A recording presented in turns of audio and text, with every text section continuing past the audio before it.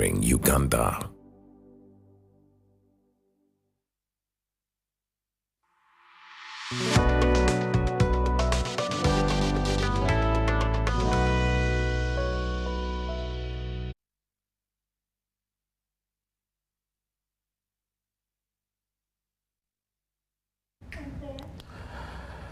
A very warm welcome, and I want to welcome you to this edition of Behind the Headlines. Today, Wednesday, the 11th of, today is Wednesday, and we are coming back with the Behind the Headlines, and we are going to be looking today at the DRC conflict, a conflict that is sucking in a number of nations around the region, and we are going to be discussing what implications the DRC conflict portends for the East African regional integration. Congo, or the DRC as it is known now, just joined the East African community just this year, recently, very recently, and immediately after, then you hear, you know, the guns starting to be fired from all corners, especially in the eastern DRC. And Uganda cannot run away from that. Kenya cannot, Rwanda, there is Burundi, and other countries that have to have implications, whatever they are. And we are going to be discussing that. From my extreme left, we have Kano Deo Akiki, who is Deputy Defense Spokesperson of the UPDF. He is here with us in the studio making his maiden appearance. Kano, you're most welcome. Thank you. Thank you, our hosts and viewers. I know that we have been on other shows before, but on this one you're making a maiden appearance, Sure, right? sure. Thank you very much. Next to Kano is my old friend, Mr. Nkunda Dismas. He is Executive Director of Atrocities Watch Africa. Dismas has been for many years as a reporter, as a human rights observer. He has been lurking over, you know, lurking with LUR, you know, over the region and watching over its human rights record for many years, many years, close to 20 now or even more. Yes. Yes, Dismas, it's good to see you again. Good to see you, Charles, and welcome. Thanks to the for show. inviting me. Thank you. Next to Dismas on his right is Honorable Ojara Martin Mapenduzi, MP for Bardegela Yibi in Gulu City. Karibu. Afoyo Lady Charles, and Afoyo good bene. evening, viewers. Afoyo Bene. Dismas, that means I also thank you. Afoyo Bene. And finally, Council Sarah Birete, who is Executive Director of the Center for Constitutional Governance. Sarah, you're most welcome back to the show. Thank you, Charles, and good evening, viewers. Good. I think let's start with Dismas to bring us up to speed.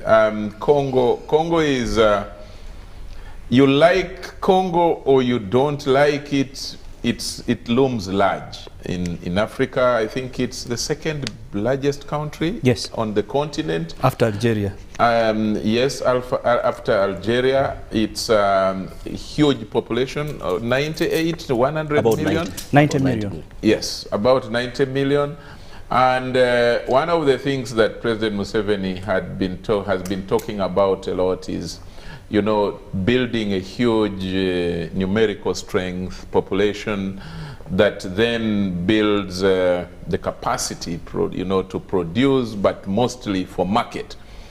And then all of a sudden, this huge country is now, you know, rejecting some and saying, we don't want you in our country, and we want to discuss that. Dismas, what is the situation currently as far as, you know, Congo is concerned, as far as the conflict is concerned. We see bullets, we see soldiers all over, we see movement of troops. What's the situation currently? How good is it? How bad is it? Thank you, Charles. I just actually came from Kisoro about a week ago, and I managed to get over to the border in Bunagana, which has been captured by M23. And the Bunagana border shows you precisely what is happening inside Congo. There is no movement. You can't cross over from Uganda into DRC, and unfortunately this one used to be one of the most used port of entry into DRC from Uganda, bringing in quite a lot of huge amounts of money in terms of taxes, but that one is no longer happening. What I understood is that M23 has captured quite a big chunk of land now.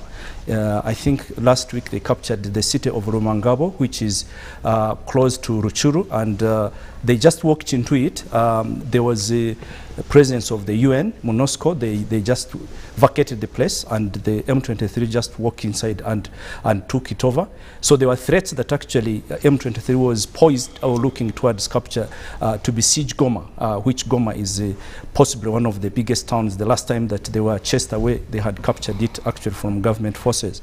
So there's quite a lot of movement. As of today, I think I heard that the Congolese army bombed some positions of M23, and M23 immediately said that that there was quite a lot of civilian casualties that happened due to the bombs that happened by the Air Force of DRC Army. There is quite a lot of misgiving on the Rwanda part, because Rwanda has been accused variously, including expelling of the ambassador from Kinshasa. And as of, I think, the last few days, there was tension because a Congolese military plane went over inside Rwanda and in the place called Rubavu and landed there, but then Rwanda was protesting to the DRC government. So there is quite a lot of both diplomatic, military maneuvers that is happening within the region. But M23, when I asked a MONUSCO person that I found on the border, I asked him, what do you take of M23? He did tell me, and this is a discussion I was having with Sarah the other day, he told me that I have been in peacekeeping for quite some time. This is the first time that I've seen a rebel outfit well equipped, extremely very well equipped. That he said, I don't think that their equipment and the manner in which they are well facilitated beats some national armies in the region. Wow, wow. How about the sacking of the countries, the different nations around the region into this conflict, and what does this imply exactly for regional peace and security? You know, Charles, that the DR Congo is, like you rightly said in the beginning, it's a very big country. It is bordered by 9 countries in Africa. So it almost touches Central Africa, North Africa, you know, almost all the regions. Congo belongs also to 2 different economic community groups, SADC and the East African Community, which it joined in March. But the sacking of these countries is essentially, it's a question that we have been skirting around for some time. It's essentially the natural resources and the economic impetus that has driven so many of these countries to have a stake in what is in DRC. The second part, and I'm sure that Afande will be more to explain to us, it's the vastness of the country. Congo is possibly one of the richest countries that we have in the world. It's minerals, it's natural, it's timber, all the kind of things that attract different interests, be it private individuals, and it's not only African countries that have been attracted into DR Congo. There are many multinationals that are involved in mining coltan, many individual companies that are mining. They have their own militias. Congo has 133 militias. Each militia is protecting a particular territory in a mining or even extraction of certain extractions that they need. So the sacking in of these countries, Uganda has a claim, ADF has a presence in DR Congo. Rwanda says the former Hutus who committed the genocide in Rwanda, in DRC. Burundi says that it has Red Tabara rebels who are operating inside DRC. The only country possibly which has joined but has no immediate link other than the economic interest that they have is Kenya. But the rest have a hand inside what is happening in DRC. Thank you very much, Dismas, for starting us on that. Kano, we are in Congo, and for especially security reasons, and the argument, not just argument, truth be told, peace and security is usually the anchor of or for the environment of any smooth democracy or even economic growth, economic transformation. And from the recent that is now happening, some Congolese people are not happy with. They are suspicious of Uganda, they are suspicious of Rwanda. How are you handling this? You are a military person, but you handle the image, polishing our image. How are you handling this change of fortune for us? Because just recently we were a darling. All of a sudden, some sections of the Congolese are saying, we don't also trust you. You don't look so innocent. Then others are saying, okay, let them keep around because they are chasing the ADF. How is that going, that contradiction? Yes, I would say the contradiction comes because of the past. And I think we are happy that despite all that we went through since 1998 and up to today, we were able to at least to go over the past and forged a new relationship which saw us being allowed to pursue ADF rebels into the Congo a year ago. And this has been a very, very successful operation, and it is still succeeding, which we are doing as we wait to see also what comes out into play when we are also involved in the joint operation as a regional force. A few elements, a few people can still have doubts. It is now incumbent upon us. We would say it is something we have to prove that we are doing it differently. And indeed, you can see our operations are joint with FADC, which is the Congo Army, and UPDF. And everything we do, we make sure is in tandem with what we agreed on in that joint operation mechanism that was put into place. We want to at least show the world that we can do things differently. And indeed, we have been doing it differently. If you realize the successes against the ADF, I think they have never happened since the advent of ADF into this country. And it is something tangible you can see, you can feel, you can touch, and the Congolese people can feel and touch. The only problem, the only challenge which brings in this doubt is Congo being vast, as Ndugu Nkunda has said. There has been always little fear. If you are in Kinshasa, you may not know what is happening in Rutshuru. You may not know what is happening in Goma or in Ituri, the province where we are doing most of our operations.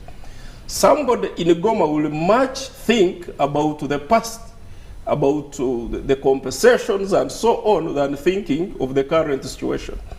However, the unfortunate part of it is the current incursion. Because I think they also mind the Congolese people, whether in Kinshasa or in Eastern Congo, mind about what is happening in their country. If something happens and they are choosing country A, B, C, and Uganda, having been involved already inside the Congo, somebody I think is right to have that kind of, suppose something else happens with Uganda. We have to give them that time frame to wait and see, are we going the other way or we are going to keep on what we agreed in our agreement to operate with them. How about the issue of the there is the issue of the militias, then of course the issues of our ADF that have been really wreaking havoc back this side. They had died down, then they re-emerged, and now we have the Operation Shuja, and the extent to which it is achieving. how does that operation fit into the regional the regional unity with the Congo, with the region, and to try and give them hope that you know, if we eliminate this rebel group, we probably can also pacify that region. How is that going? Yeah, first of all, there is a difference between the two forces. Operation Shuja was an understanding between the DRC government, the FADC, UPDF, and the Ugandan government. And that operation has not yet been terminated. It has been always reviewed every after, I think, 6 months. Yeah. And that review is still on. Until the leadership sees that now we may not review it, or we can review it. And Congo being vast, I'm telling you, even if you deployed the regional forces, they may not be able to cover the whole area where ADF is. No. As I talk, the recent, I think you saw the head of state communicating about it. The recent camp, which was hit by ADF, was quite a distance. We had to reach an understanding with the DRC so that we can go for them in that camp. Thank God, because of the good relationship with DRC and the Ugandan government, they were able to allow us to hit them in that area. But still, they continue moving further and further beyond our limit of exploitation, which is a military tap where we can operate. And of course, that also brings in, if you overstretch your forces, you may not achieve much. Now, on the other side of the joint forces for the region, I want to inform Uganda that Uganda is preparing its force, its battalion, to join the East African Joint Force. And as we talk, we are almost ready. And sooner than later, we are also deploying into DRC as part of the East African Community Regional Force. Now, let me come to Sarah. There are a lot of, some of the issues that Fande talk about with Dismas have a lot of, you know, a lot of implications on the regional, the East African regional community, and the building of it, especially with the Congo, which had just come on board, and of course the suspicions have been there, but the thinking has been especially driven by President Museveni, that let's move, with some people actually, even at one time, you remember when Jakaya Kikwete of Tanzania was still the president, some people saying that it should be a coalition of the willing, let's move with the willing. To what extent do you think that the recent incursions, the attacks, the population reaction in Congo is going to affect regional integration in this region? You know, first of all, I think it's important to note that the joining of DRC into the East African community was a very rushed process. Normally the checks and the compliance issues that are done before admitting a country into a regional bloc, most of them were overlooked. And I think DRC had hoped that maybe since some of the interested or aggressor nations are part of the bloc, maybe it had hoped that one of the benefits from joining the EAC bloc would be peace for the region. And indeed, the chair of East African Community then, His Excellency Uhuru Kenyatta, had underscored the fact that the first agenda would be pacification of Eastern DRC.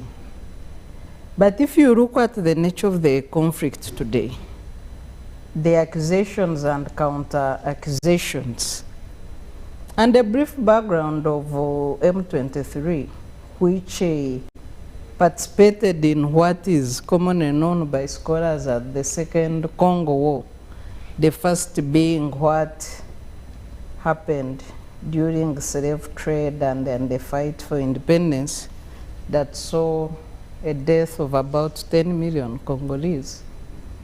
the Second Congo War, which was now the civil war involving Laurent Kabila and the several rebel groups that existed in Congo, including Jean-Pierre Bemba, Bizima Karaha, and other rebel leaders, Professor Wamba Diawamba, now deceased, and M23 was among the small rebel groups then.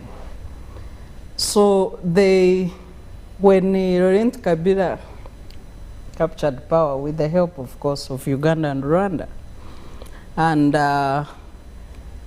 other forces that were not properly integrated in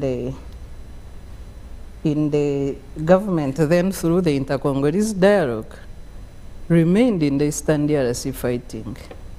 But the major M23 war, or March 23 war, broke out in 2012, and SADC forces, led by Tanzania, South Africa, and Malawi, had flushed out M23 5 years ago.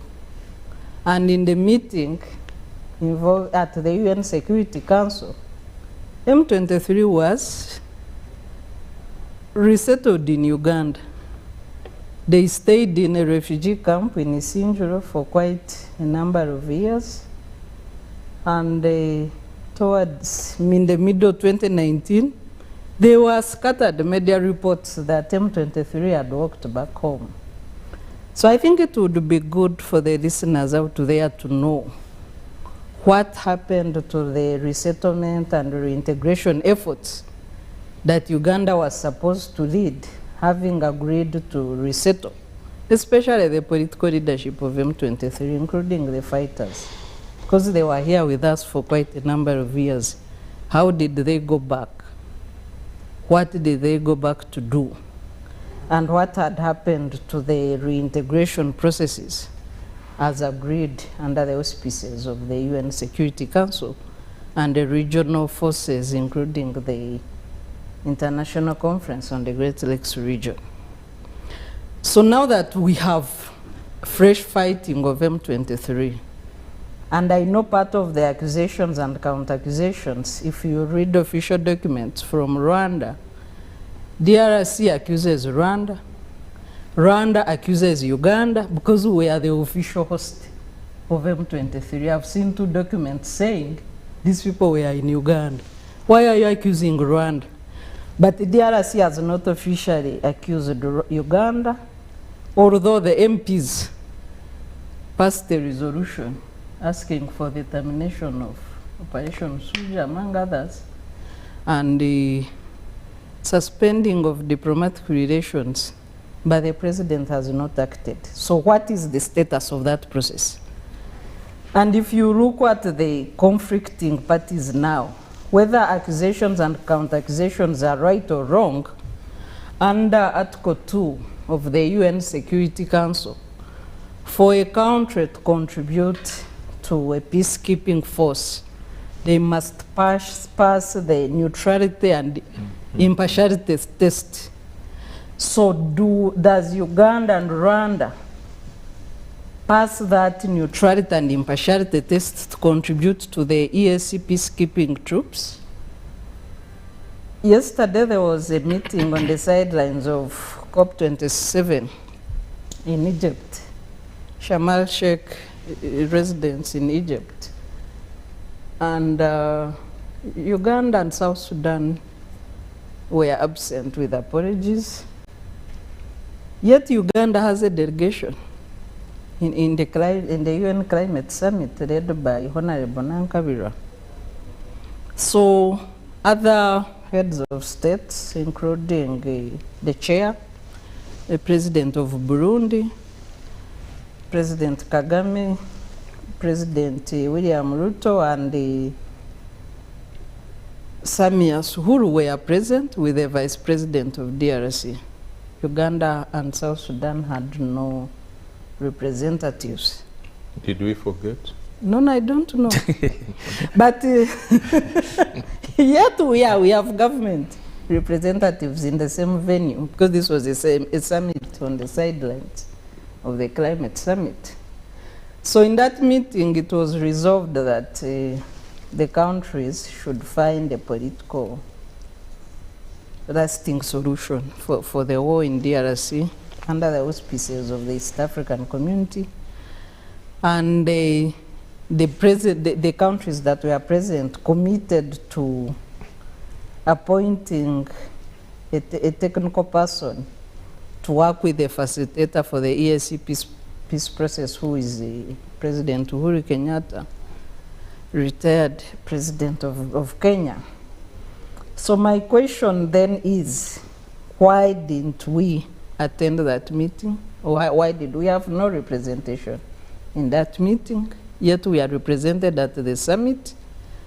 And are we bound by the decisions of the summit? And to what extent are we committed to that process? The second issue is... Would we be legally bound by... Yeah. By the, no, EAC takes decisions through consensus. Yes. So if you go by the principle of the treaty, then you can defer when you're not present. And so that's why I'm saying... Isn't that what they're supposed to take a decision on? The decision they're supposed to make is most likely to defer, but not that we are bound because we do not if we are committed to peace in DRC, like we've been saying, that we would welcome such a decision. Yeah, sure. Yeah, but then the second challenge is who is going to fund the EAC peacekeeping troops. I think that is part of the issues, and largely our countries are choking on debt. Uganda's public debt just this week hit 80 trillion. And I saw today the Bank of Uganda, which has no leadership, we have acting. The Deputy Bank of since February, we have no Bank of Uganda governor. With the glaring inflation, with the global recession and all these challenges, so you can't know whether that is even a substantial position without the head of a constitutional entity in charge of controlling inflation and overseeing monetary issues in the country. So I saw the acting deputy governor trying to reassure citizens that we can still manage and maybe still borrow more money beyond 80 trillion debt. And so you have countries, even Kenya has a high public debt, although they have more capacity to service their debt than us. And other countries are struggling. So do we have capacity to fund these peacekeeping troops?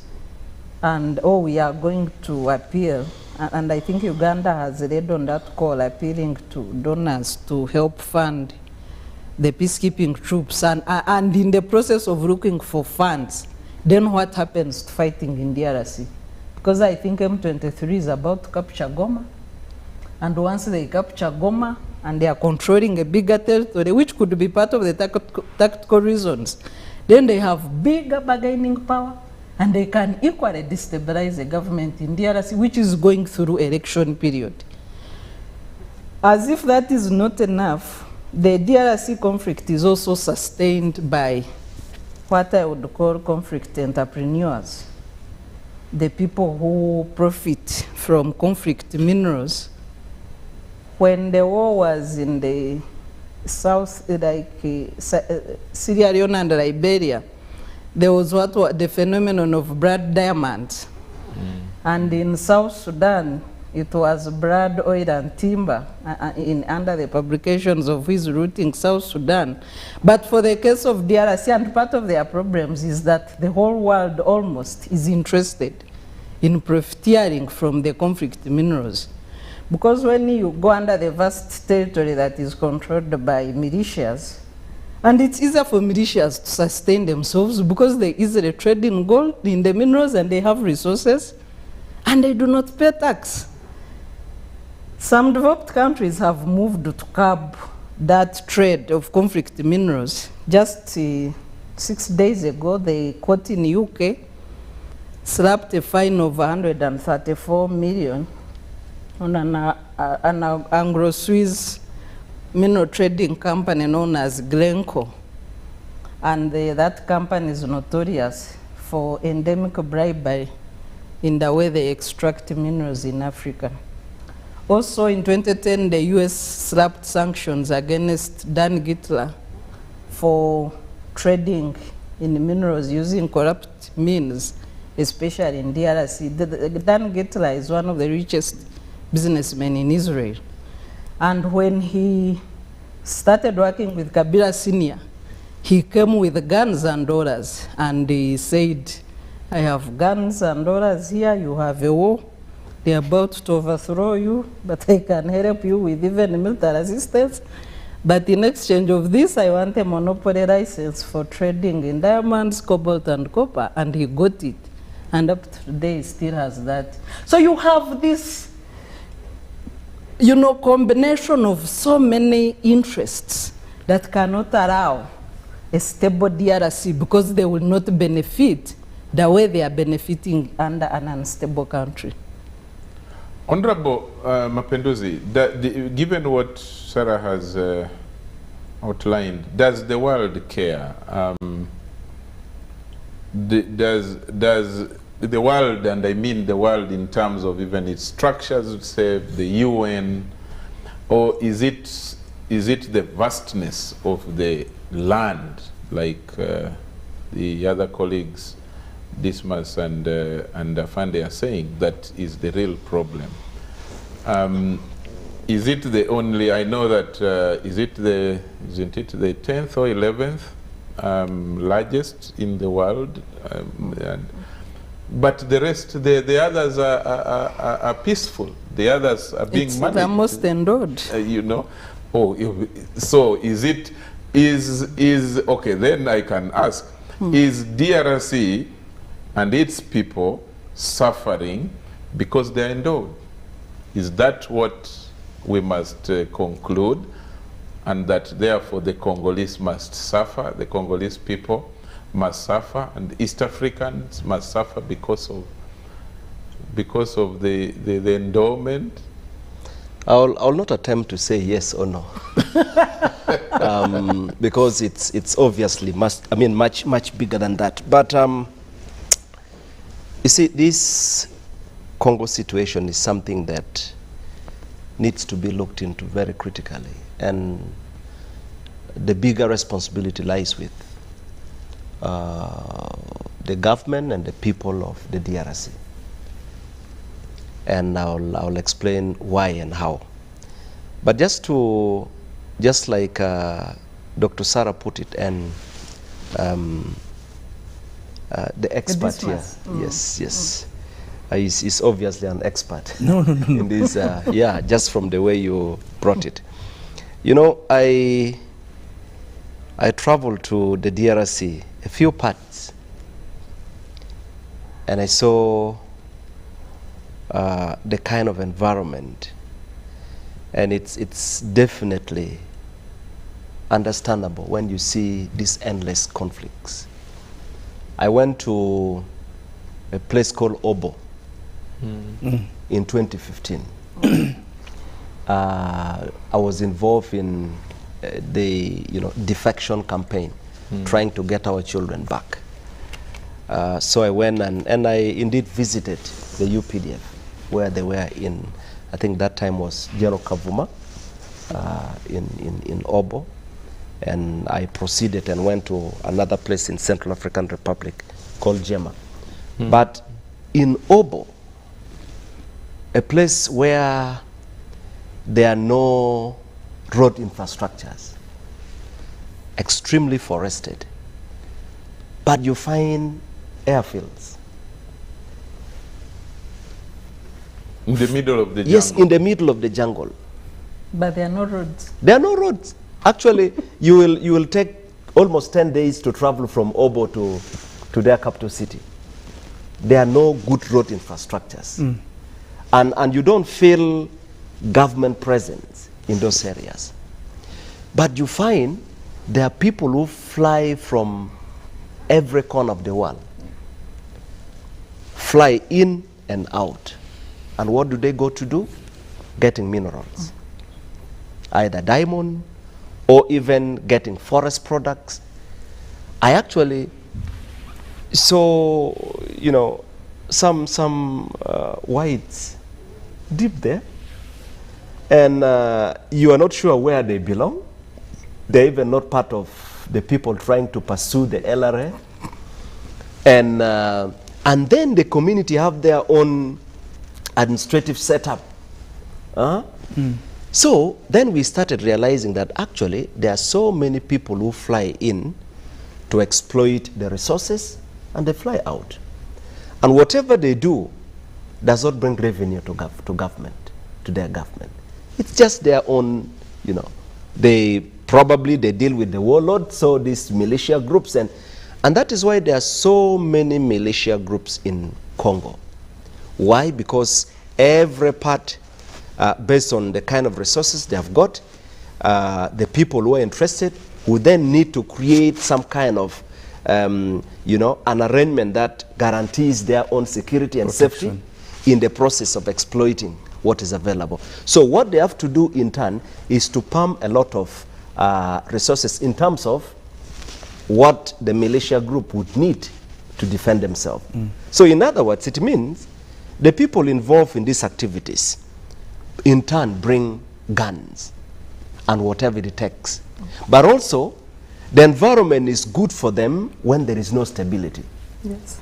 It flourishes. That's why because they have to, you cannot do such a thing in an organized society where there is a well-established government infrastructure. So you can only succeed by keeping the place ungovernable, and that is what is going on. And so the Congo government, first, before even beginning to accuse Uganda, and they need to assert themselves, to establish, it is important. Because let's use the example of Uganda. If in Gulu there is no government presence in Gulu, you are not providing anything, what will the people do? Anybody who comes around and appears to be trying to solve problem, people will begin to pay allegiance. And they will do everything because they think that is the source of their safety and security. That is what is going on in some parts of Congo.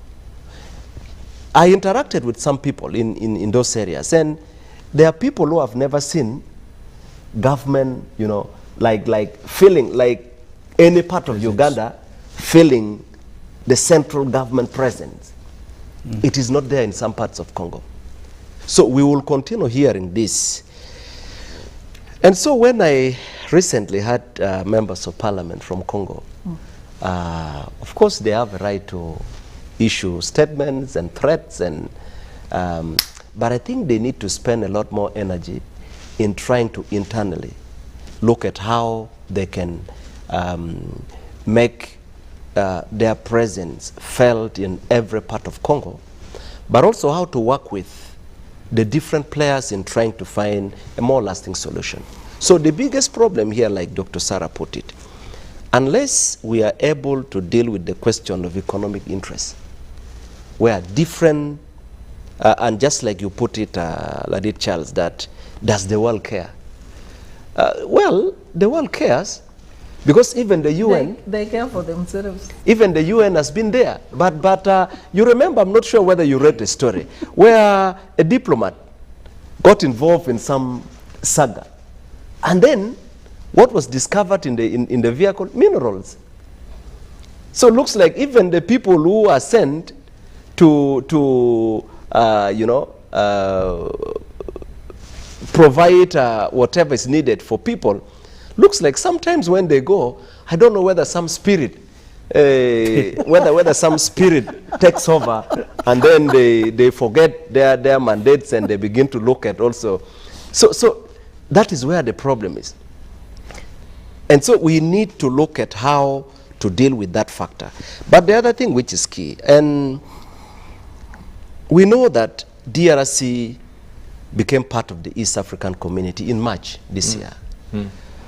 And, came with a lot of hope, because a population of 90 million people, and so much endowed, and, and for us as a country, as Uganda, our number one focus would be, well, maybe this is an opportunity to join hands and make sure, because the insecurity in Congo will definitely have serious impact on Uganda.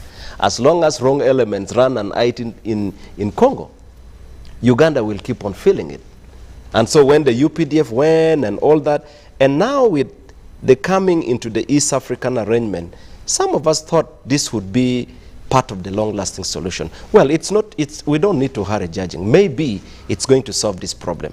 But I think the step taken by the leaders in the region, in June, former president of Kenya saw the need and provided leadership that, look, we need to have our joint forces go there. I saw, I think about a week or so, where Kenya was preparing to send their troop.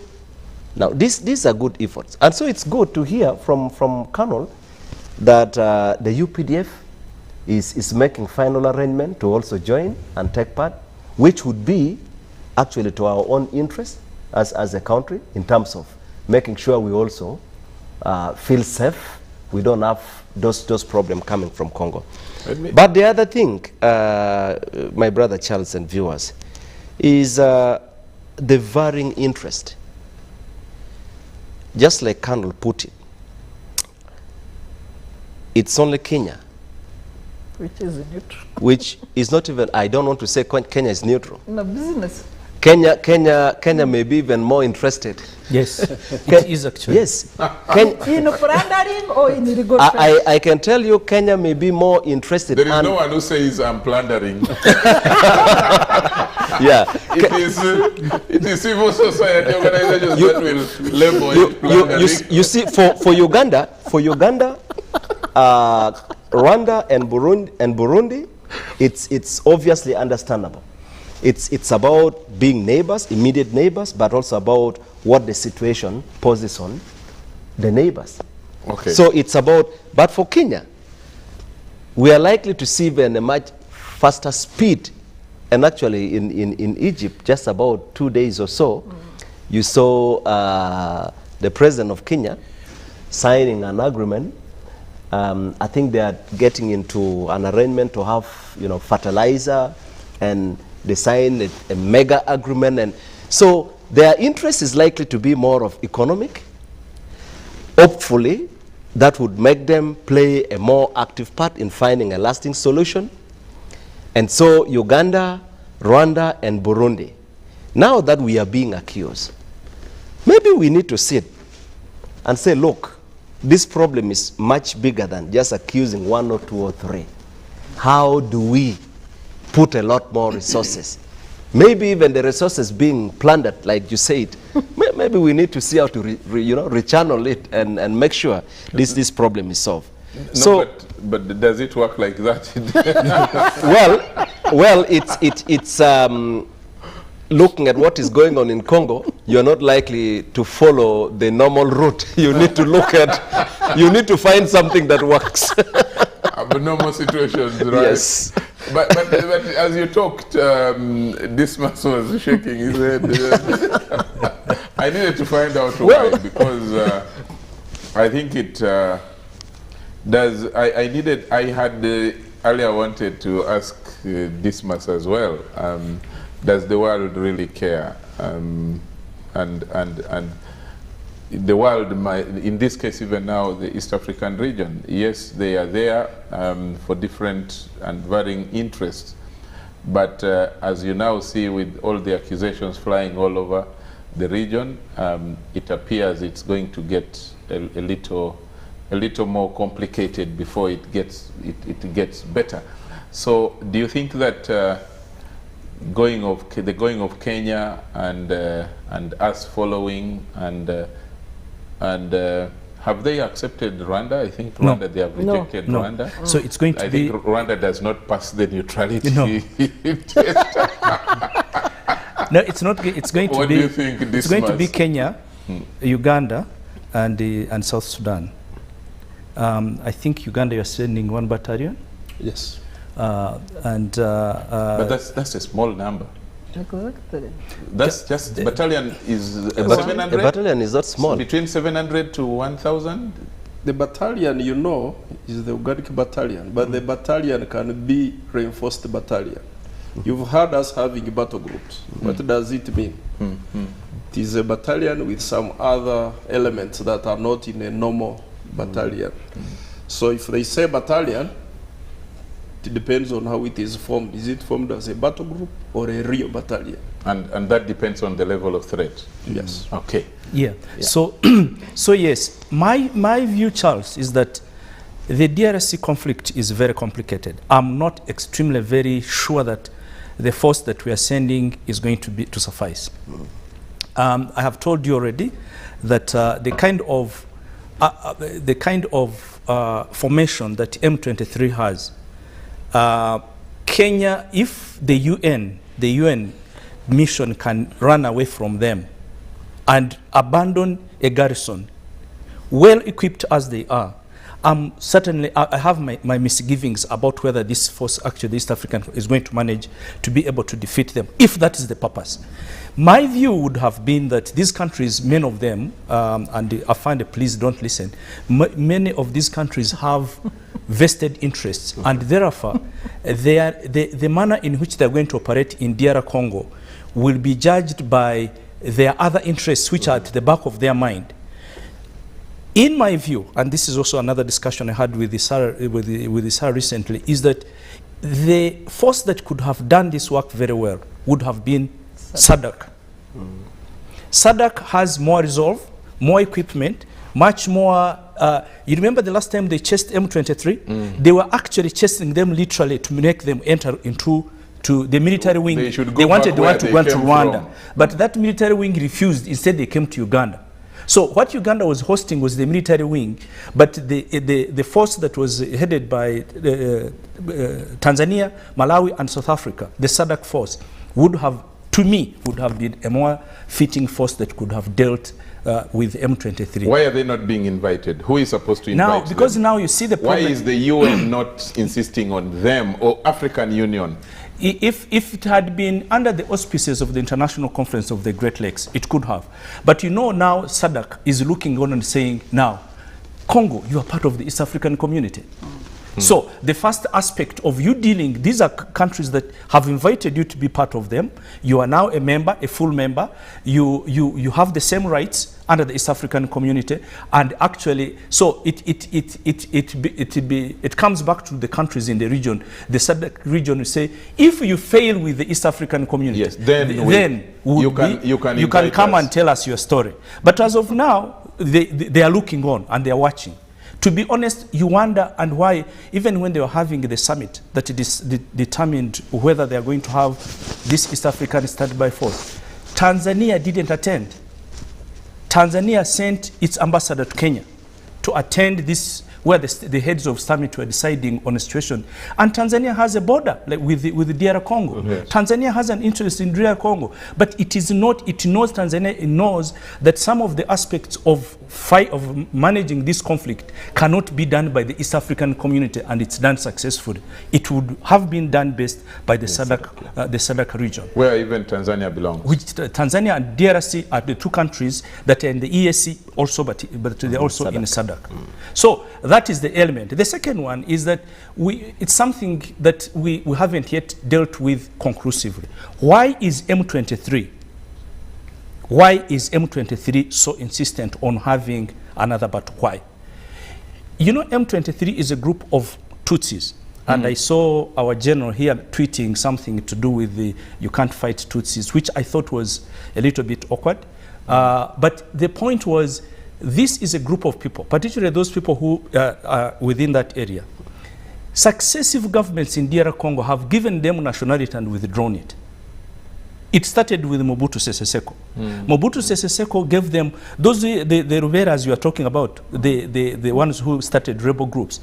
They would come and tell them that you are Congolese, you are Rwandese, but you are living in Congo.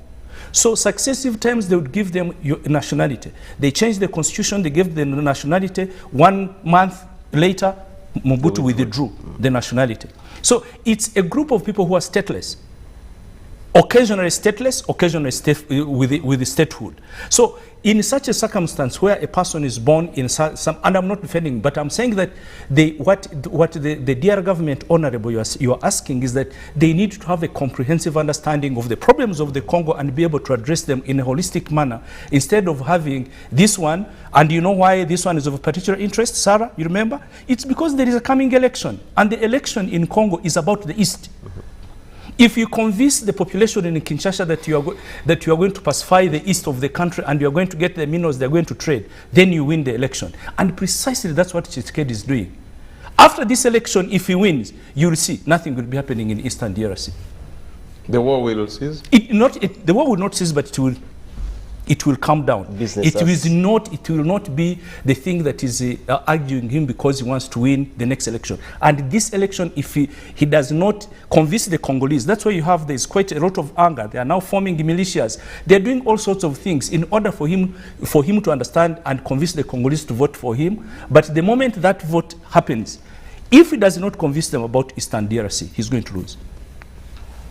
Very interesting. Afande, you were itching to respond. And I want to respond on a few things almost from all the speakers. But maybe before I forget, M23 stands for a certain agreement which was signed on the 23rd, I think, of March. And there was a kind of agreement on how far, where they should be at certain time as they do the negotiations. I don't know what happened with that arrangement, because recently we had a meeting with some delegation from the European Union, and this same question came in, and they were like, what is Uganda's position on this? And I remember my deputy chief of defense forces saying, we would think in that arrangement, M23 should remain or should go back to their positions as they continue to negotiate. As you saw, some leaders, East African leaders and other African leaders, they are going for the option of negotiating out this issue of M23 and so on. So, looking at all that background of how they have been given citizenship and taken back, maybe later on you'll tell us where does the M23, where does this leave M23 and the DRC government? That is one. Number two, on funding and whether we are able to pacify Eastern Congo and so on. I think we have now a litmus paper. We have tested ourselves as African forces, as East African forces. And I want to use the doctrine which Uganda has used and tested, and it has worked. We have a principle in UPDF, looking at our history, most of the time we don't wait for resources. Resources find us there. We have sustained Operation Shuja for the last 1 year now. And this has brought in some achievements. I don't want us to look ourselves as Uganda. Now we are even East Africa. Why don't we look at ourselves as East Africa? The resources we have, we start with that as we appeal for other donors and so on to come and support the cause. Because surely, as you can see different scenarios, maybe at some point even some donors may not be interested in seeing Congo stable. So who is going to stabilize Congo? Are we going to get Americans or Europeans to come and stabilize Congo? Proposal by Honorable that what if you also pick minerals? No, they don't need to pick and fund. They need to find an arrangement that works. We have been sustaining Operation Shuja without touching any mineral of Congo. We don't need to pick. We just need to find an arrangement that works. And we believe that if the joint forces of the East African community all come in, we can do something. Yes, we may say the Congo government and the people of Congo, yes, they are very paramount. But this has been on for ages and ages, and Eastern Congo is not getting better. The government of Uganda took a step and decided to construct a road. Of course, interests are there. Economic interests definitely are an interest of every country. We would want to see the trade volumes between Uganda and Congo continue to go up, as it has been the case some years ago, Mr. Dismas has been following on this. We would want this to be better, but it cannot be better if we don't have these different negative forces in the Congo. And for us, for that matter, we have a priority. Our priority is first to uproot ADF. Because ADF, the ADF we are talking of in 98, in 2000, 2004, 5, is not the ADF today. If you ever heard of something called ISCAP, ISCAP, this is a terrorist organization linked to Al-Qaeda and so on and so. ADF had reached to that level of linking up with all of these international terrorist organizations, and they were now getting funding and so on. When you hear of these camps becoming bigger, sooner than later ADF was going to take over even the M23, becoming very huge, and yet it is between Uganda and the DRC. So I think we don't need really to sit and watch and wait whether we have resources or we don't have resources. Whatever we have, the issue of DRC, Eastern DRC, must be solved. By whoever is ready to solve it. And the East African community that we have received DRC into the East African community, I think is the biggest opportunity we have, we should use to make sure something is done. But how about a situation where you have brothers that you think should help, you are having domestic quarrel, but there is a lot of suspicion that the brothers are involved in funding the domestic squabbles. Don't you have to run to the neighbors or to the elders? Those misgivings and mistrust will always happen. I will give you an example of Somalia. You remember very well when we went to Mogadishu. 2007. 2007. And I want to tell you now, put it on record, that Uganda had somehow, somewhere been in Mogadishu before even 2007. Yeah. The details is a discussion of another day. To understand the situation, because of the focused leadership, I think our leaders saw that we one day shall be in Mogadishu. But there was a time when Kenya could not deploy in Mogadishu. But the situation came on, as the situation improved, other countries came on. The Somalis accepted Kenya to deploy in Mogadishu, and you know their problems between around their borders. So let us give a benefit of the doubt that even as we start this East African Community Joint Force, we may start Uganda, Kenya, and Burundi, and a few others. Maybe even the rest will come in as the situation stabilizes, as the tempers go down, as the political situation of elections in Kinshasa come to an end. Maybe I have that kind of hope that this force can do something. Okay. It's at this point that we need to go for a break. Let's first take a break, and when we come back, we will be continuing with the discussion and having more engagement. And if you want to join in this discussion with the question or a comment, join the discussion via our hashtag, which is hashtag UBC Behind the Headlines. Hashtag UBC Behind the Headlines as one word. That's on Twitter, but you can also send a message on 0709 602592. I will repeat that. You can send a message via 0709 602592. Just know that we are also streaming live via YouTube through UBC Television Uganda on YouTube. So on any of those, you can catch the program and view and share your message or ask a question of the guests that are here. We have another segment that will come after this break. Let's go for the break.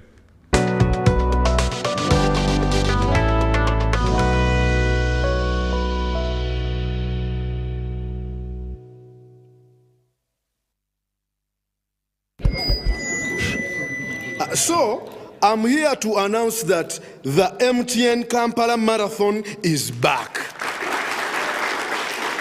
And this year, we are running for babies. To be clear, I am not talking about a baby.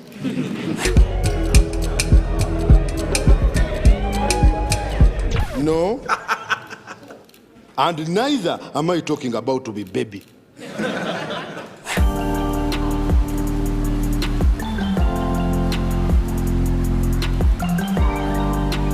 I am talking about these small dollars. Run for babies in the MTN Kampala Marathon on Sunday, 20th November 2022. Dial *165*77# or use the Momo app to register.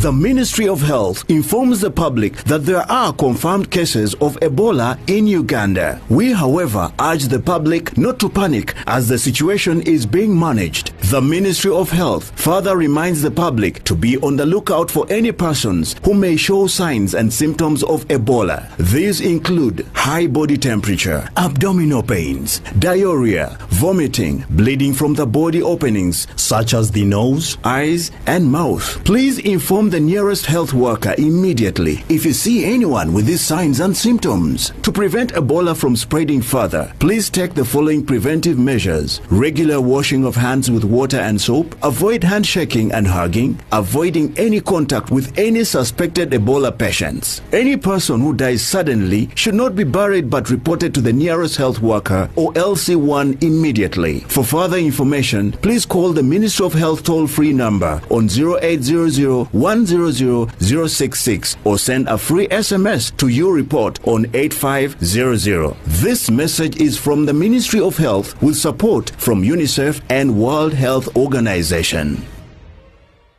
Did you know that a cashless, secure, and convenient lifestyle is possible with Airtel Money Pay? Pay for your goods and services in the following simple steps. Dial *185*9#. Enter the merchant ID. Enter the amount. Enter payment reference, for example, school items. Please enter PIN to confirm. You will receive a confirmation message for a successful transaction. Airtel Money. Instant, secure, borderless. The Tales of Kasozi, brought to you by Uganda Communications Commission. Hello? Hello? This is Kasozi. How can I help you? Hey, Kasozi, my brother. Long time. We last met when we were at campus. It's been a while, but you are the person I'm looking for. Campus? Really? Hey, you don't remember me? Okay, so how can I help you? I'm stuck in Gulu making millions and I need to urgently send money to my sick mother. But I can't find any mobile money agent near me. I've sent the money to your phone, as you can see the message. It might take a few minutes to come through, but I urgently need you to send the money to my mother. Let me send you her number and you send it to her chap. My friend, I'm afraid your mom is going to die. What? Because I don't know you, I never went to campus, and I'm also in Gulu. So can we meet at CPS, we talk about it? Stay tuned for what Kasozi does next. Tofera. Refrain from unnecessary engagement with strangers over the phone. This message is powered by the Uganda Communications Commission. Do you need data collection services, data analysis and reporting, monitoring and evaluation systems? Then contact Mold Technologies, a professional research firm that has provided many organizations with timely research solutions for over 15 years. For more information, visit www.mt.co.ug or call us on 0704 913 399 or 0782 602 963. Visit our office in Kampala at Sayuni Complex in Tinda. Mood Technologies, your professional research firm. That's right. The Voice is coming to a city near you. From the 21st of October to the 10th of November, you get a chance to showcase your talent. Prepare a 1-minute MP4 video of yourself singing and upload it to thevoice.africa to register. Make sure you have a valid Airtel number, and if you're shortlisted, you will be contacted to come in for the live auditions. Well, don't just stand there, let's go! Music your passion, Africa your stage. The Voice Africa, connected by Airtel.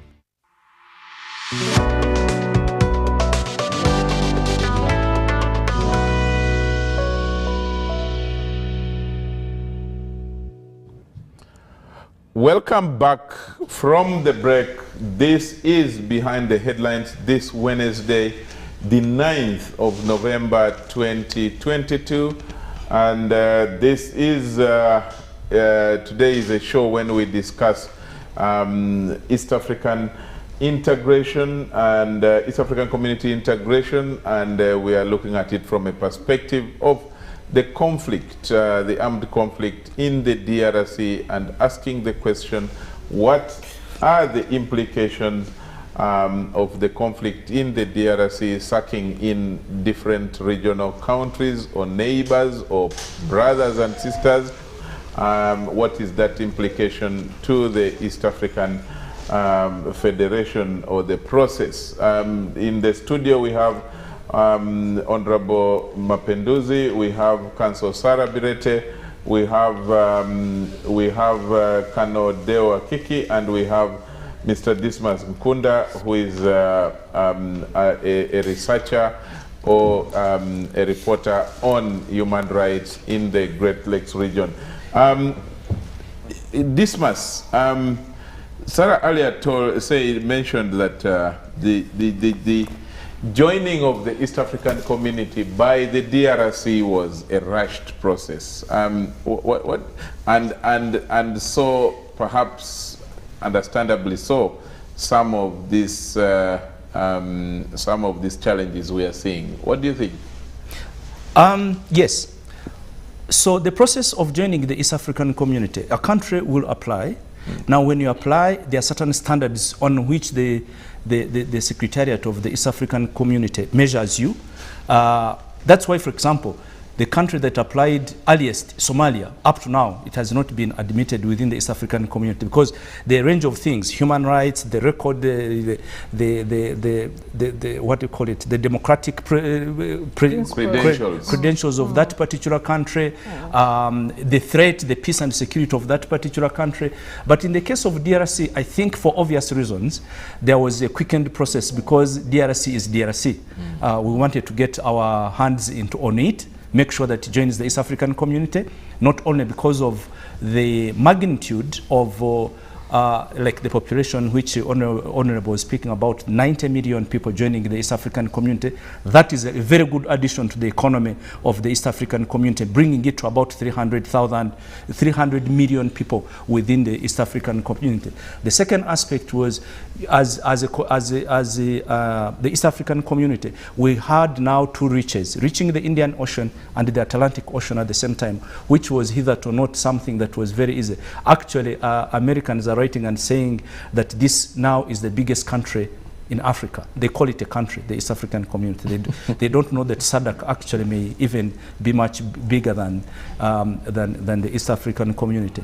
But to get to the real integration, Charles, is that, I mean, you come from the border, Charles, up north, the border with the DRC. So the DRC has this entire border with Uganda up to Kisoro, from, you know, and from West Nile up to Kisoro. And there are populations that have been living along those borders. And these people have integrated, by the way. If you go to Kisoro, I have a garden in DRC. Sarah the other day was telling her, she was laughing at me and saying, you must be a Congolese. It's not because my namesake Laurent Kunda was a rebel reader on the other side. But the thing is that DRC trades in Uganda. Charles, just to give you an example, 20 buses leave Kisoro every day to come to Kampala. Majority of them are carrying Congolese. They come to Chikubo, purchase goods, and go back and take and go and sell. So that the integration of people is already there. I think what we are seeing at the top level is integration of leaders. But the people for themselves, the integration process has always existed. It's just the formalization and making sure that if a Congolese crosses over to Uganda, he has a right of stay, because under the protocols of the East African community, the person can stay, can trade, can even, and we can eliminate even the question of saying that we have refugees within the East African community. So it doesn't matter anyway. Honorable Mapinduzi, to what extent should then the UN facilitate, but can it? I don't know, and I need you to be the one to say it. To what extent can we expect the UN and its organs to, if they are now running away from rebels. Can we expect the UN to really help facilitate or ensure that there is peace in this region, in the Congo? Looking at how much time the conflict has taken, and the fact that the UN has been there, the UN has been in Congo, different parts of Congo, I think it's important that they need to reconsider their mandates and see how to get a lot more involved. Is it just a question of mandate? Sometimes yes, because you see, sometimes there was a time I was watching where some Congolese were extremely bitter that an area was being attacked when actually there are UN forces around, and so some people were bitter that they were not coming to help. But you see, it's basically about their mandate, what they are required to do. But 20 years down the road. So the question of whether it's still relevant to have the UN there, still operating within that mandate that they have been in for the last 20 years, I think there is need for the UN to reconsider and review and see how to flexibly support the East African community, but also give a lot more support to Congo government in dealing with this. Two, I think there should be a lot more pressure on external players. They are, crafty business people who have got vested interest in Congo. And just like Dr. Sarah was mentioning, some of these powerful business people, the business Mongol in Israel, and then elsewhere, they are in Europe, they are flooded everywhere, who have got interest in Congo. They tactfully, find their way, empower these militia groups, and then in turn get whatever resources they need. There is need to identify some of these people and pump them with sanctions, very heavy sanctions. Some of these powerful companies, make sure when they're when they're powerful, they can lobby. Well, the people who would otherwise sanction them. Well, that is. Sarah can tell you of one. That one, yes, the Israeli. Danny Gitra was on Magnitsky sanctions for 2 years. He robbed and got off. He bribed $100 million and got off. Yeah. But that's the point. That's the point. You see, that's the point. And it's important that the people who are being bribed and through this lobbying and by powerful businesses like this one, they need to be exposed, because the situation is going out of hand. But most importantly, the Congo question cannot be resolved militarily. It is not a sustainable approach.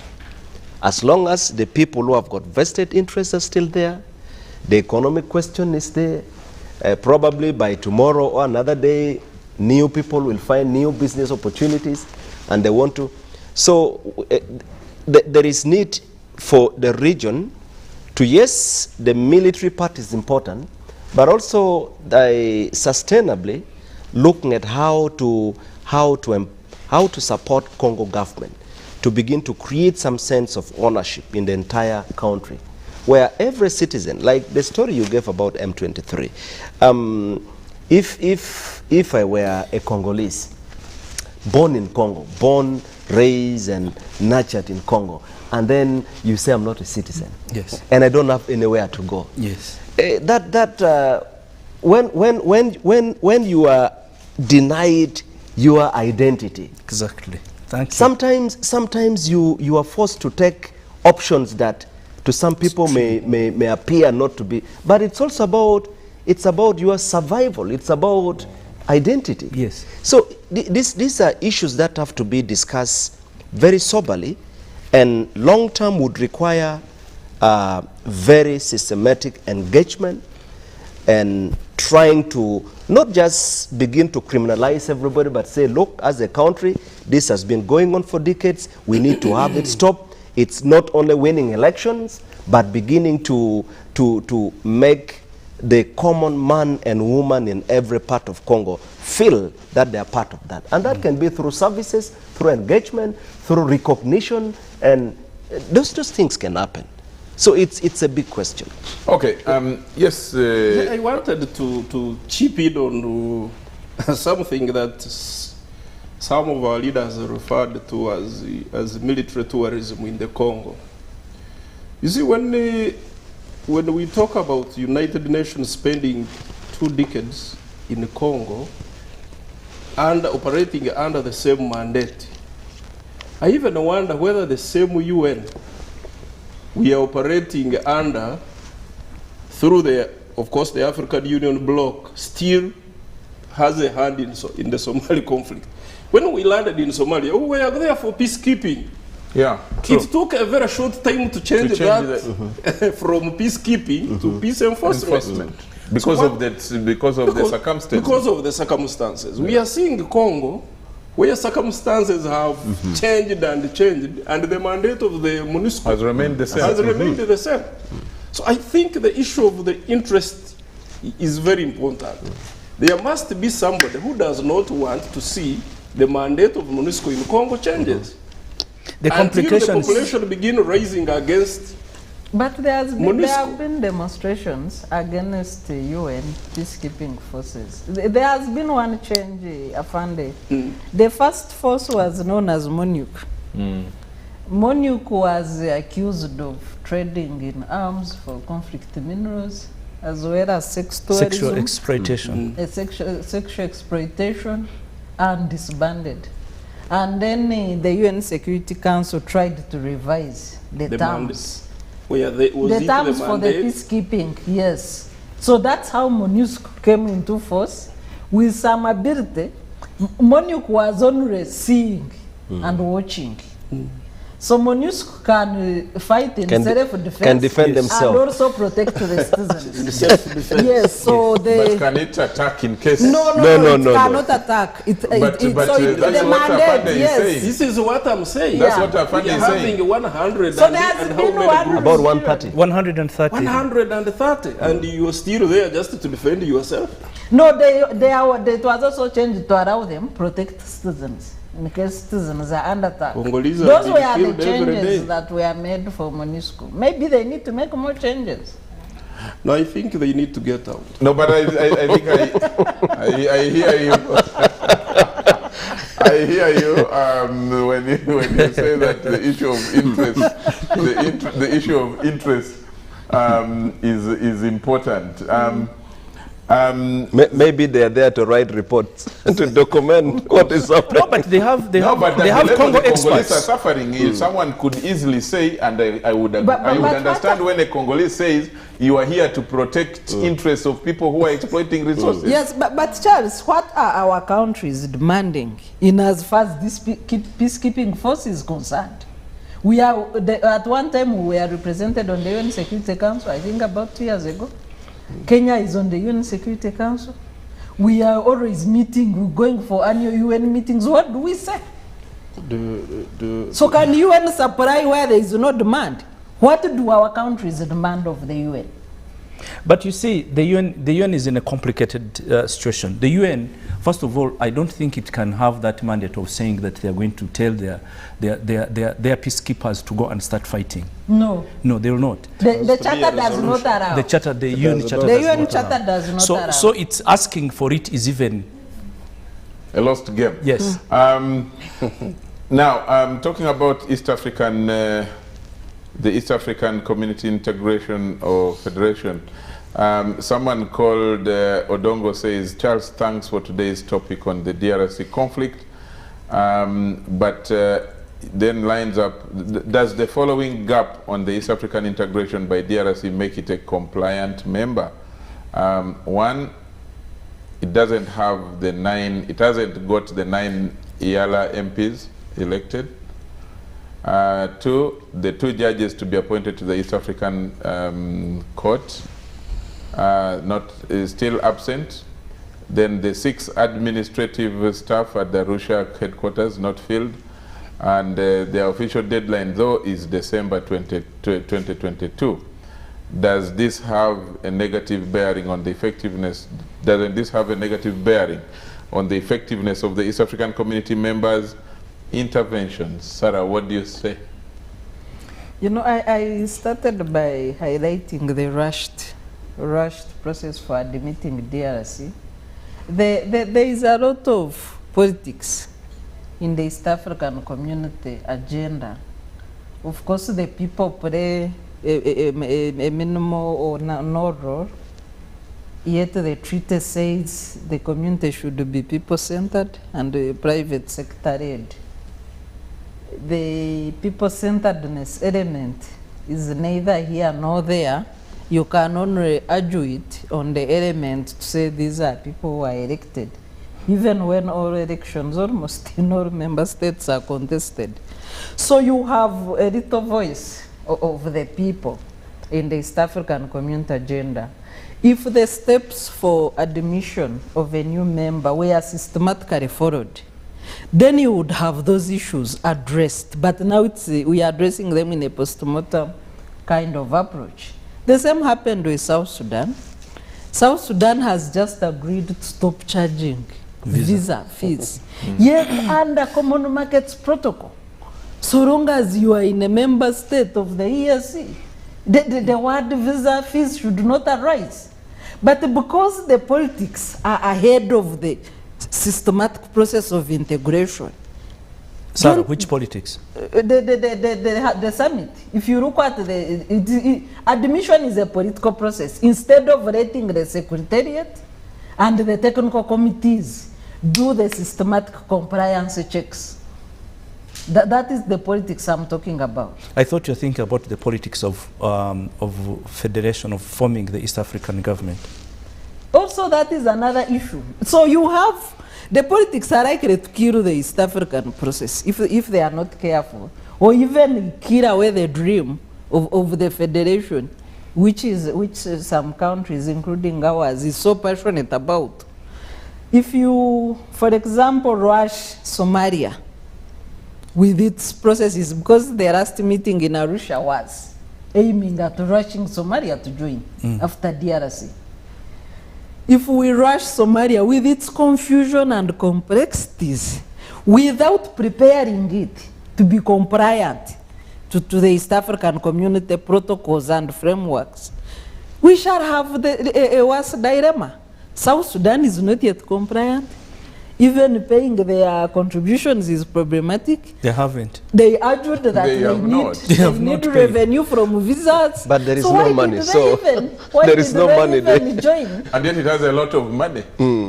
But just to add to what Dr. Sarah said, in response to the question put by Mr. Odong, is it Odong? The one who asked the question yes, on your phone. The question on your phone. Yes, Odong. Yes, we know that DRC Congo just joined in March. And so, yes, there could be terms and conditions that have to be met within a particular period.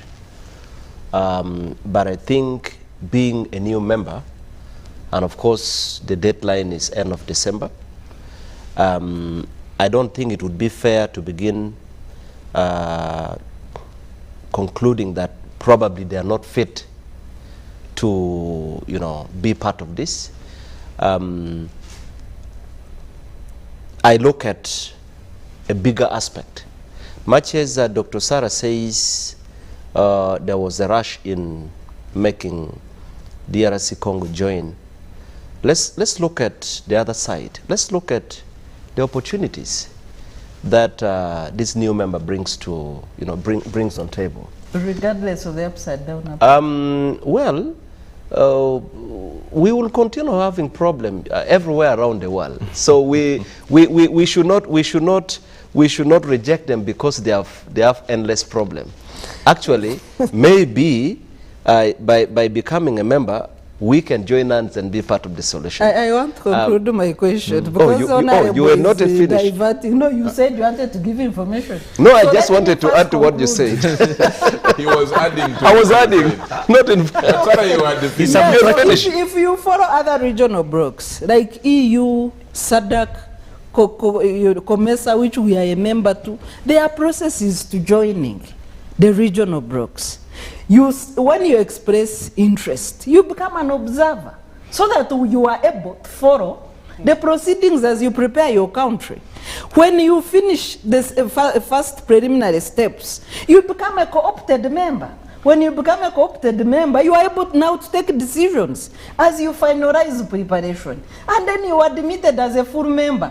When we keep jumping these steps, that is the back and forth that you are seeing that we are dealing with. But you see, and we are not saying members should not join. But you see, Charles, because that's what Honorable is insinuating. We are saying let them join systematically. But you see, Charles, where I have a problem with this. I have now finished. Yeah, thank you very much for finishing. When before you had finished? No, I had not. I already had the problem even before you finished. But let me say this. You see, in the spirit of uniting Africa, starting with East Africa, I don't think we need to be too strict, you know, in putting these terms and conditions and all that. I think we should celebrate that, you know, we are beginning to realize the importance of coming together, accepting people the way they are. Actually, the Bible says, come, you know, you come the way you are. Come the way you are. Then why do but we that have is rules? before God. Yes, there are rules. There are rules, and I'm sure DRC Congo met some of these rules. We shouldn't think that they never met any requirement. Otherwise, a country like Somalia would not be waiting up to now.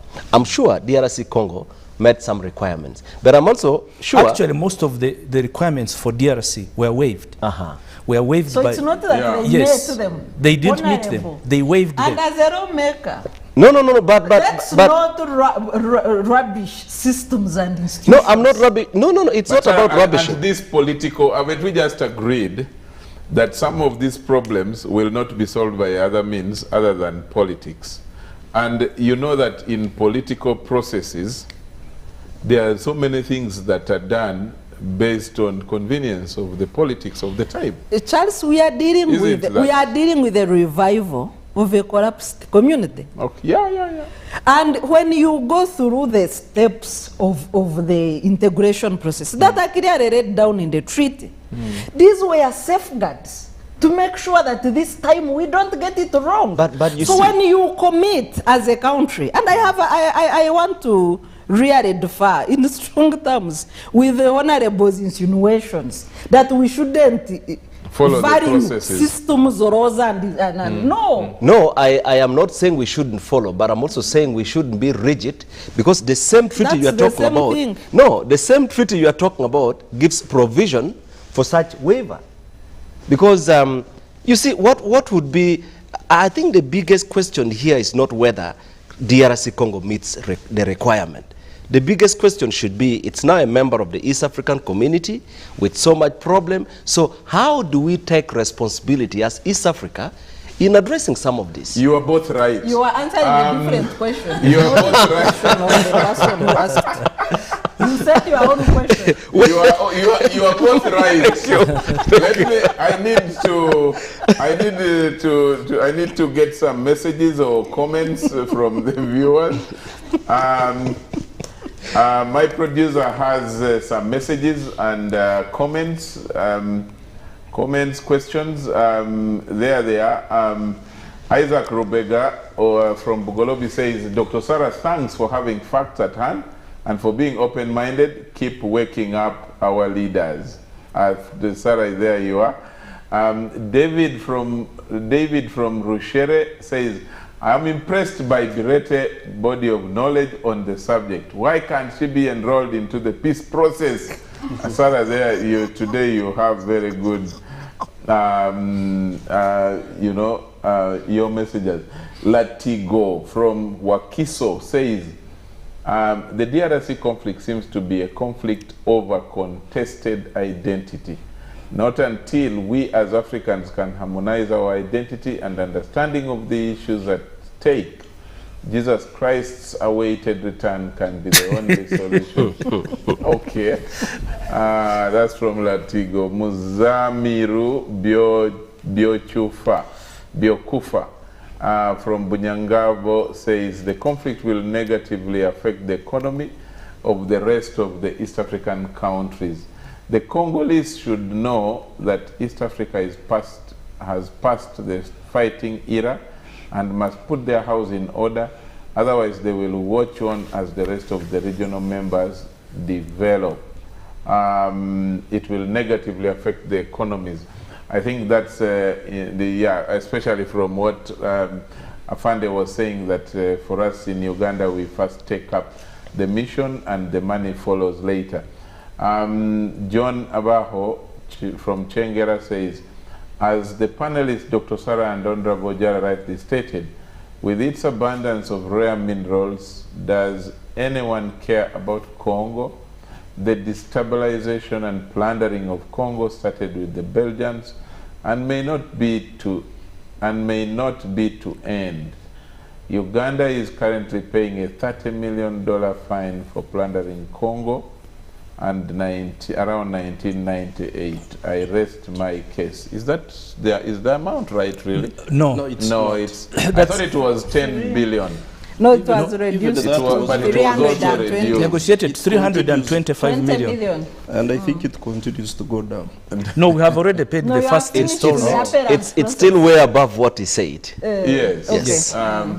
Yes. The next is from Honore Ikuzo Masaja. Since 1996, we had no peace until now. We are living on God's mercy. Is that person from Congo? Sam from Kampala says, to Dismas, why do you think the different Congolese governments give and withdraw citizens to the Congolese Tutsis? Citizenship, I think. Are all the respective Congolese governments just evil and the Congolese Tutsis just innocent victims all the time? Dismas, that's to you. Romy Mukono says, good evening behind the headlines. Thanks for the program, but kindly let me know what M23 is. Romy, this is a rebel outfit, a rebel group in the Eastern... March 23. Yes, it actually stands for March 23. Movement. Movement. Yes. March 23 movement. Yes. Alfred Sembabule from Sembabule says, at some point in the 90s, there was an organization called Al-Muqtada Al-Islami, funded by the then Vice President of Sudan. This organization had direct links with ADF. Is this organization still existing? Next, let's have two more. Moses from Kavohe says, thank you, Dr. Sarah Birete. You have completely exhausted the DRC conflict and how some member states could be interested in the war DRC is having with the militia group M23 because of the mineral exploitation. Finally, Willie Bisanga, the chairman of Soroti City, says the population of Uganda gets concerned. Why would senior officers of the UPDF High Command issue different and uncoordinated political and military statements about M23 that would jeopardize our national interests in the field? Willie Bisanga must be referring to the tweet of General MK that Dismas had referred to, which he said was not good, and that it could jeopardize the lives of citizens. Let's come back to the let's have some responses. I don't know who wants to respond to some of the messages. Some of them were direct, and one of them, Sarah, the question of the war affecting the economies of some of these countries, or actually all of the countries individually? To what extent can that happen? Yeah, Charles, Afande has said that we should, it shouldn't be an issue of resources. On one hand, I want to agree with him that when you're dealing with an armed conflict, then stability takes precedent. But let's look at ourselves as Uganda. I think for about 4 months, the government is struggling to pay people who work for this government. Some unpaid, some disbursements not given. One of the excuses is that they were controlling inflation. That was in the last quarter, but even in this quarter. The PS came and told us here. Yes, that they were that the government Ministry is not of broke Finance. and they are just controlling inflation. But even in this quarter, some disbursements have not been made. On the other hand, you have URA filing contradictory reports that they are generating more revenue, they have surpassed their quota targets. So why are people who work for this government not paid amidst economic hardships? Even if you were amidst a lot of money, like the PS told us. Yes, even if you were controlling inflation. Does that mean, so what happens to the person who goes home or who has been unpaid since May? How do they run their families? Is that how you control inflation? So you have struggling economies like ours.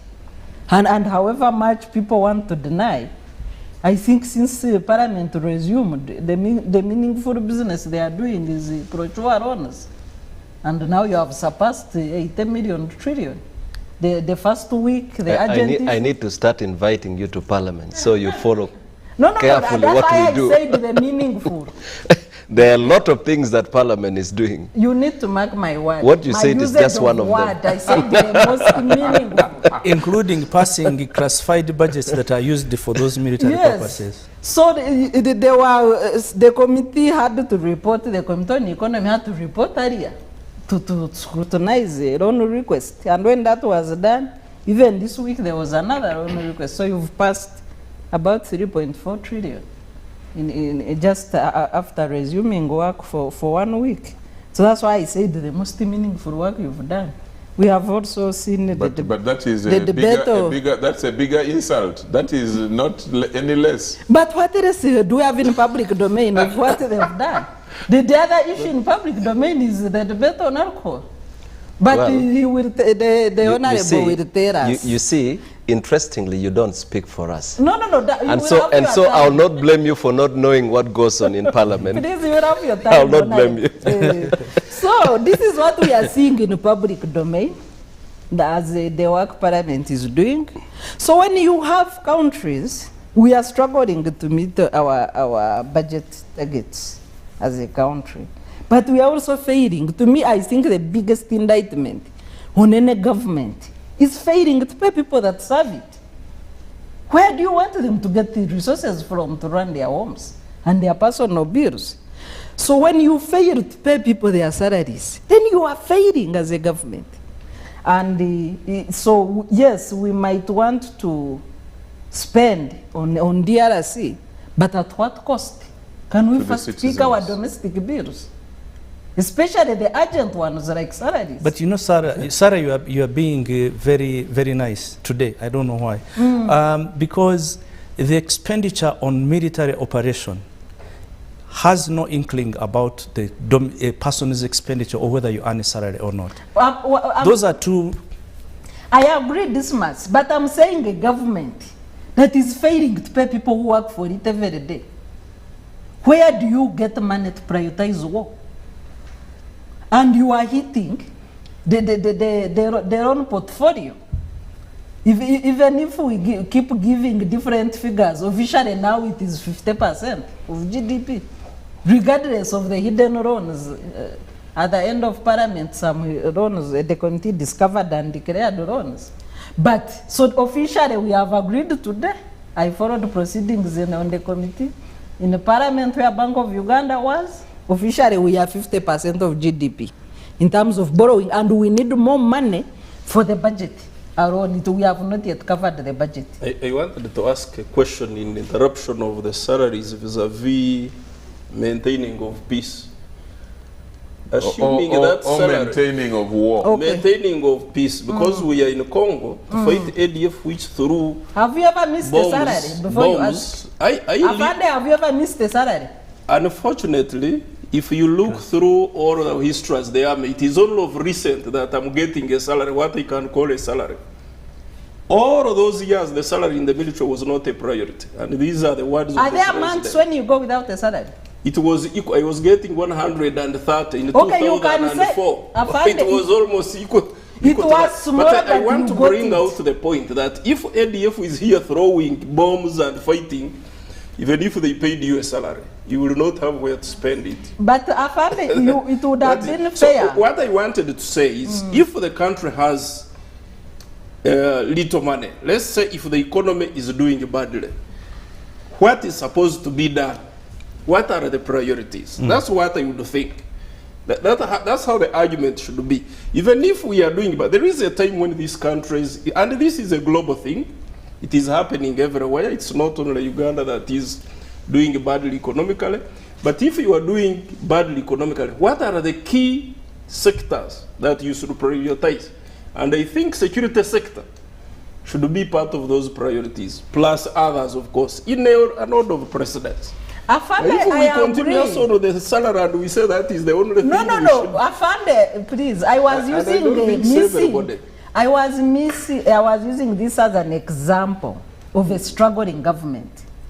For example, if they told you, Afande, that Like other no. governments are Afande, struggling. can you wait, please? If they told you that we are not going to pay your salary or allowances because we want first to establish peace, would you be okay with that? It depends on the priorities. We look at priorities. I know not everybody in this country receives a salary. Don't those people I've survive? asked you because you're a public office.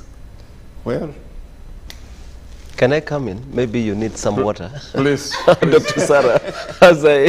Do MPs get salaries? Neighbors, you start. Can I come in, sir? Yes. Please Thank come. you. I just going to the question you ask. There are definitely serious economic implications that the situation in Congo put on us as a country.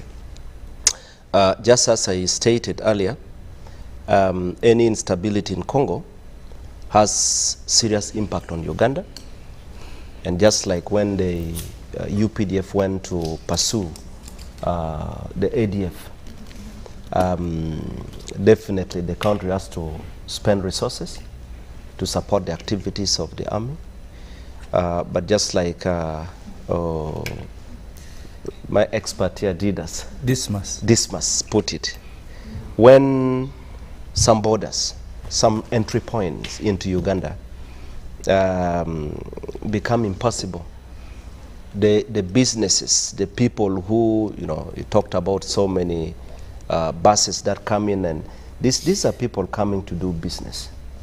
And so if the movement is cut off, we get affected. But also we need to look at the bigger picture.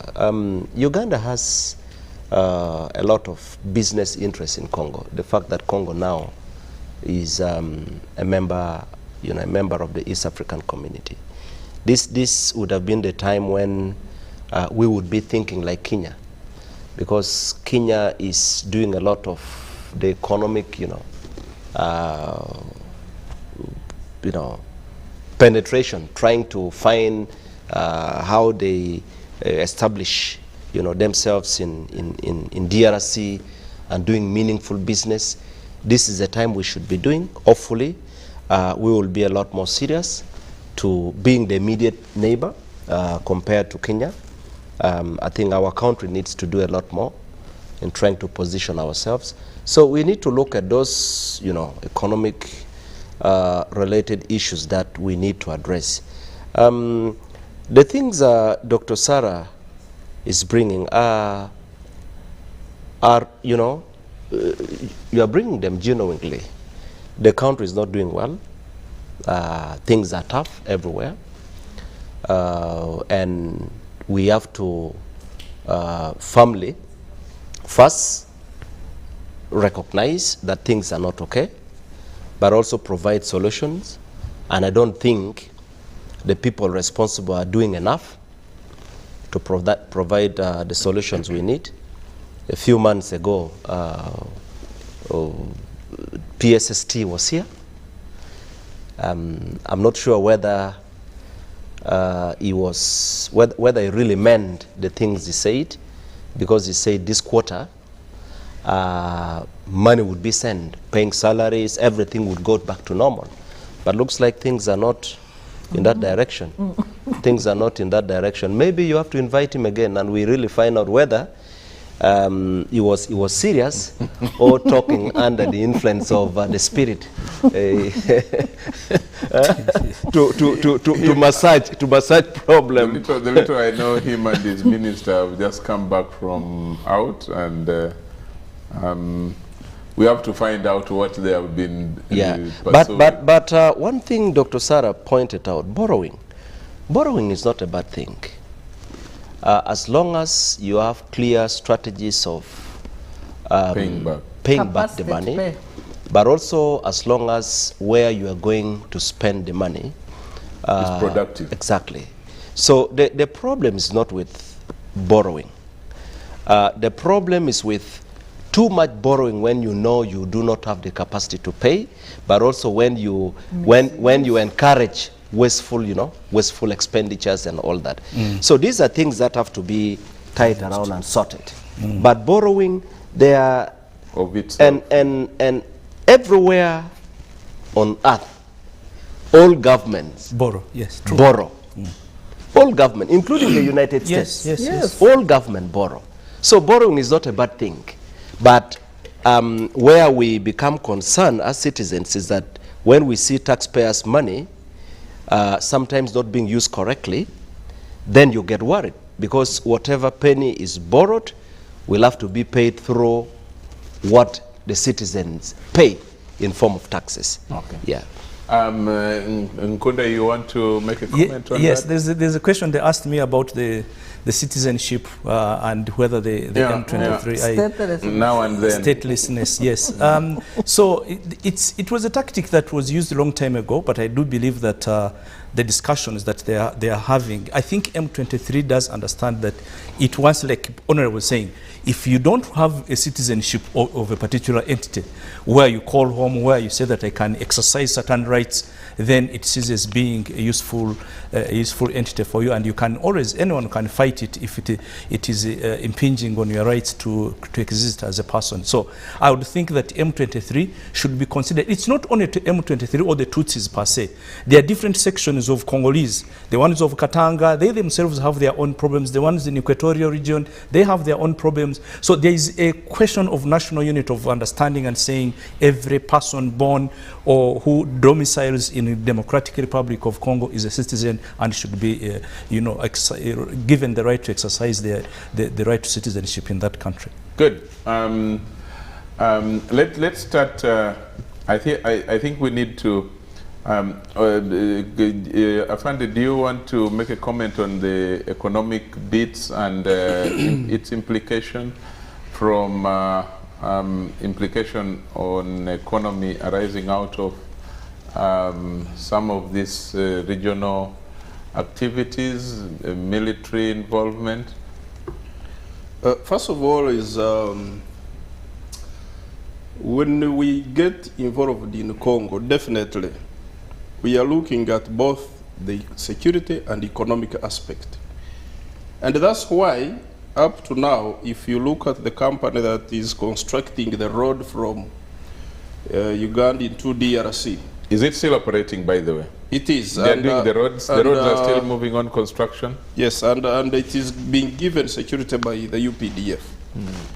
So you can see the two links. The road is basically focusing on... It is a security road, but focusing on the economic activities, the trade between Congo and DRC. So definitely there is... Between Uganda and Congo. Between Uganda and Congo, yes. There is that economic relationship with security. We can look at other areas. This could be knowing on many other fronts in the Congo where trade is happening, not necessarily formally the way we know trade, but trade between the people, the local people, the local population. And these are people who had abandoned these centers where you have been hearing UPDF deploying, and people are, you know, celebrating and dancing with our commanders. All of these at the end of the day sell their merchandise freely without any disturbance from the insurgents. ADF for that matter where we are. However, if I may divert a little to the question, there was somebody who asked about ADF and the yes, and South Sudan, something. Sudan. I know he was talking of the late Turabi. Yes. That time. I think he's just mistaken. Currently, ADF majorly has been linked to an organization called ISCAP. And at some point with the ISIS Islamic State. Islamic State had quite Central Africa. Yeah, had quite some money, but I think later on they withdrew, and then this the Central African group called ISCAP is the one which has been basically even sending foreign fighters, including some Somalis. You've been seeing these people on social media when some of them are killed there. So that linkage has been there, and that's why when they reach to that extent of reorganizing and beginning bringing their bombs back to Kampala, the agreement between the government of Uganda and DRC moved in very quickly, and we were able to deploy into DRC. But just that activity alone, just the scare that came around our parliament and other parts of Kampala, in one way or another, affects the economic activities of the country.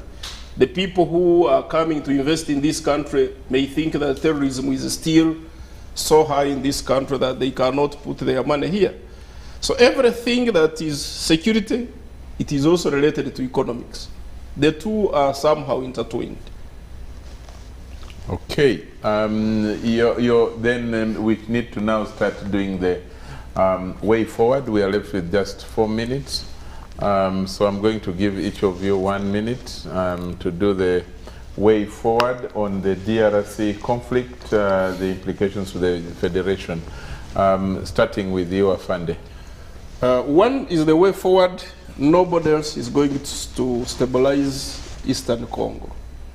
Now that DRC has joined the East African community, the region should go in with as much efforts as they can to make sure that we solve this problem. It can't be United Nations. We have seen it has been there 20 years. It has not happened. It may not be the Congolese people alone, because as we said, these borders were drawn by colonials who did not mind who is where. And that's why we are having all of this problem of M23. Therefore, the question of Eastern Congo is not only Congo alone, it's about all of us in the region. Oh. And therefore, bringing hands together, I think, is a good solution to solve this problem. Thank you very much. Dismas. You know, I think one of the things that is very silent in this conflict in DR Congo are the women and children who come as refugees into the crossover into Uganda. And majority of them come in circumstances that are very difficult. If you look, you know, I was in Bunagana when they were entering, and you look at a woman and you are asking yourself, is this all that this person has? The person is moving with a goat, one goat, a jerrycan, and a mat. Those are the earthly belongings that a person has, but they are being forced and fleeing. And the other day I saw there was a heavy bombardment, and children and girls were all hiding. They didn't know even whether they are going to survive. Now, when they cross over to Uganda, by the way, they have been forced to go back from Kisoro, So they closed the camp they were staying in because the local government in Kisoro said that there were too many in that place, so that it was a health and a security problem. So they closed the camp. They asked them either to go to Nachivari or return to Congo. So actually they were forced to go back to Congo, which is against international norms of protection of refugees. It's called reforma. So the nature, while we are discussing this conflict, let's reflect on the impact it's having on women and children, particularly those ones in refugee camps. I read somewhere someone described it as the world's most forgotten refugee crisis. Yes. Running in now for 2 years. It's the description is appalling. It's really painful. And well, Honorable Mapinduzi. Mine is not different from what my colleagues have expressed. Congo, DRC Congo is now part of the East African community. And it's important that we do everything it takes, especially for us who are bordering Congo, Uganda, Rwanda, Burundi, and South Sudan from the other side, who will every time get direct impact. There is no way we will not get involved in finding a solution, which solution would create a better environment for us.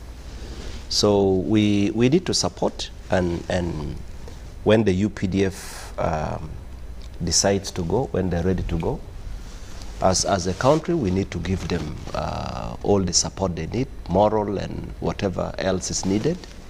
Because at the end of the day, yes, we may look at the aspect of, we may look at how much resources they will have to spend, which would in turn affect our economy. But also, it's also an investment. Yes.